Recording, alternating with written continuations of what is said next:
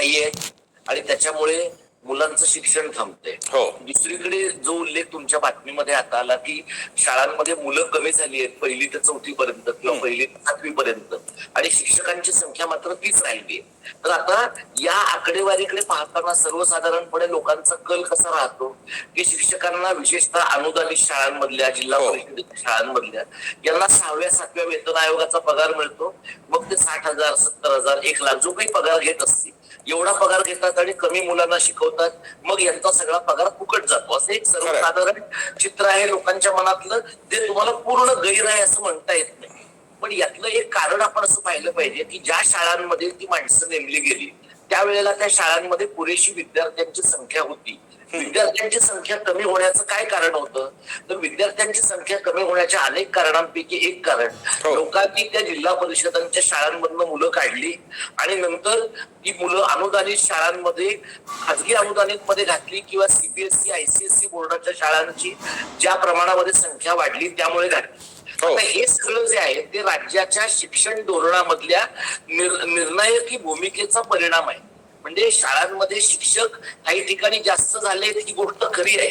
पण काही ठिकाणी उदाहरणार्थ ओरोस सारख्या ठिकाणी सिंधुदुर्गामध्ये एका 20,000 लोकांच्या मोर्चामध्ये 2 महिन्यापूर्वी मी सहभागी झालो होतो. जिथे गावांमधल्या शाळा रद्द कराव्यात.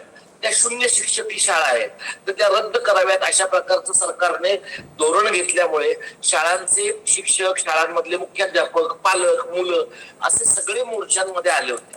आता ही जी आकडेवारी तुमच्या आधीच्या बातमीमध्ये तुम्ही दाखवली यातल्या काही शाळांमध्ये समजा 7वी पर्यंत 10-12 मुलं आहेत आणि 4 शिक्षक आहेत असं आपण उदाहरणार्थ धरलं आणि त्यातले 1-2 शिक्षक समजा अधिकचे होत आहेत तर त्यांचं समायोजन करणं हा तांत्रिक भाग झाला की त्यांना या गावातनं त्या गावामध्ये पाठवलं जाईल. प्रश्न असा आहे की तिथून जर शिक्षक मोकळा करून टाकला आणि त्या मुलांना शिकवण्यासाठी पुरेसे शिक्षक उपलब्ध करून दिले नाहीत किंवा सरकारनं जो एक दुसरा आत्मघातकी प्रयोग सुरू केलाय तो म्हणजे समूह शाळांचा. गावातली मुलं उचलून तालुक्याच्या ठिकाणी 30-40 किलोमीटरवर न्यायची आणि सरकार त्यांना असं म्हणतं की आम्ही तुम्हाला बस पुरवू. सरकार किती सक्षमतेने बस पुरवतं आपल्याला माहितीये. अशा परिस्थितीमध्ये दुर्गम भागातनं विशेषतः डोंगर दऱ्यांमधनं एखाद्या अशा प्रकारच्या अडचणीच्या भागांमधनं बाहेर घरातनं ज्या मुली पडत होत्या कारण गावात शाळा होती त्यांची शाळा तातडीने बंद होण्याची शक्यता आहे. म्हणजे याच्यातनं प्रसंग शिक्षकांच्या नोकरीचा एक प्रश्न आहे.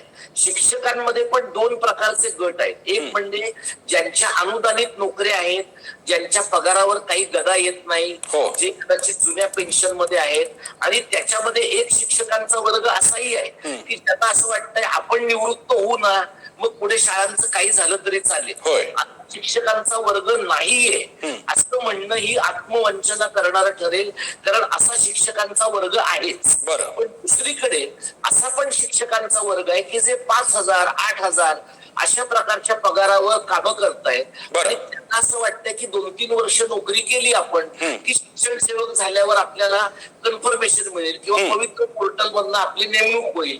तुम्ही जर प्रसंग स्वतंत्रपणे चौकशी केली तर पवित्र पोर्टल किती पवित्र आहे ते आता महाराष्ट्रात लोकांना माहिती आहे. त्यामुळे या परिस्थितीमध्ये जी माणसं आहेत त्या माणसांना त्या परिसरामध्ये जिथं संख्या शिक्षकांची कमी आहे तिथं त्यांना जिथं मुलांची संख्या अधिक आहे त्या ठिकाणी त्या शिक्षकांना जायला सांगणं.